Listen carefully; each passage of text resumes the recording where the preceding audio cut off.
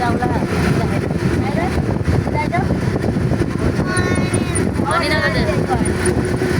चाहिँ भरतपुरको अदालत, त्यो हाम्रो पछाडिबाट देखेको हो, त्यो भरतपुरको जिल्ला अदालत हो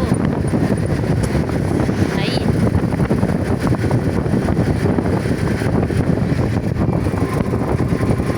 त्यो चाहिँ कर कार्यालय, यिनीहरू कर कार्यालय भवनहरू।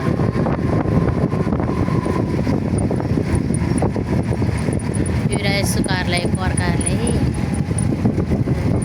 आन्तरिक राजस्व कार्यालय।